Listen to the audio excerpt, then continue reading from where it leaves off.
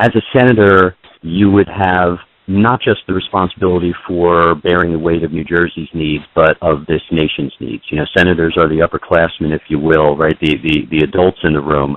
So, Rich, assuming you win next week's Republican primary, you'll be taking on Cory Booker, former mayor of North New Jersey, who, of course, many think of as Hollywood's next anointed one.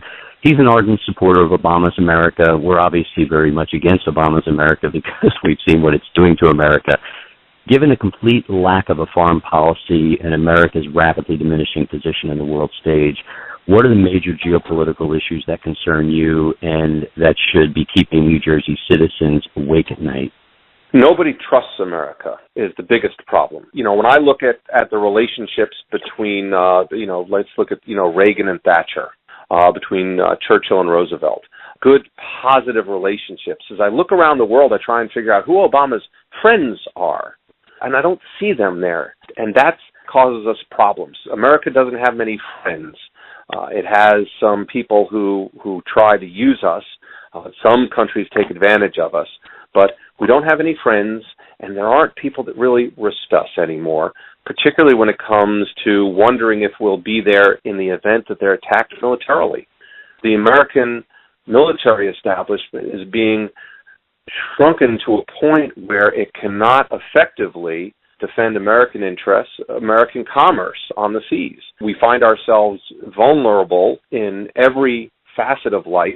We've had cases where just recently terrorists attacked a power plant in California to find out what the response times would be and exactly which transformers they're supposed to blow up. You probably don't even hear that on the news.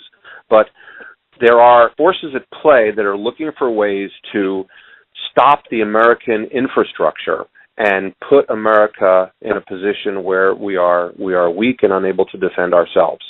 Now, if in order to counter that, we need to have the proper physical infrastructure, and we talked about that.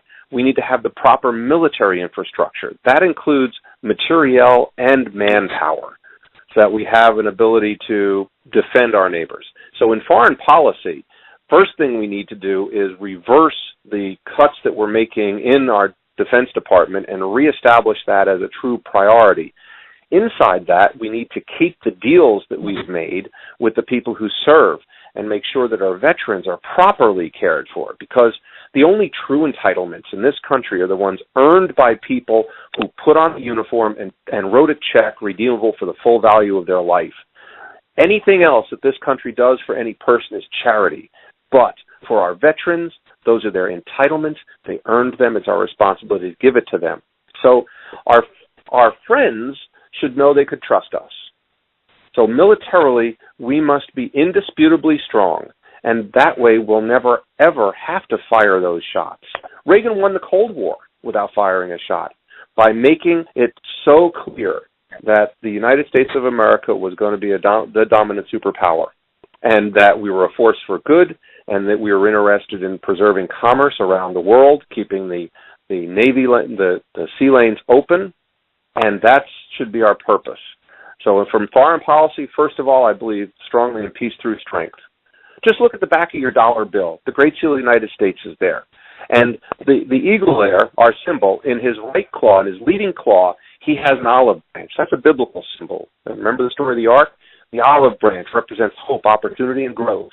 But in his other claw, he's got arrows, meaning that if peace, hope, opportunity, growth doesn't work, the United States is prepared for war, because that's what George Washington said, and it made a lot of sense. The surest way to keep the peace is to always be prepared for war. That's my foreign policy in a nutshell.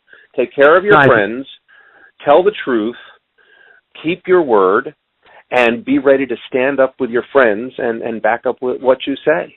In a nutshell, what we're seeing is American sovereignty is being given away to world bodies who have proven that they actually want to see America taken down a notch. You know, Rich, it's funny. Society has learned over the eons not to play with animals that bite or insects that buzz, not to touch fire with your bare hands or wipe your behinds with shiny leaves that come in threes. But somehow we refuse to learn from history. And it's why I would implore people to go to your website, learn what you represent in the Rich Pezzullo campaign for U.S. Senate, seat and why it's so important to support conservative policies, because it's made this country great and it is absolutely critical to sustain us. So Rich, if you would please let people know how they can support you and where they could find more information about your campaign. Come to Pezzullo.com, www.pezzullo, that's Pezzullo.com, and support the campaign on the contribution page. That way we can get on radio. All our volunteers are clamoring for materials. All this happens when people can stand up and either work for us or send us some money to help the people that are already out here doing that. Thanks a lot for having me on the air. I appreciate you taking so much time with me today. My pleasure, Rich. Good luck in your campaign, and I hope one day to be interviewing you from one of the Senate office buildings there on Capitol Hill. Good luck in your campaign. And ladies and gentlemen, make sure you get out next week. Vote in the primary. If you don't vote in the primary, then in the general election, you can't complain about not having great candidates. Rich, thanks for being one of those great candidates. Thank you.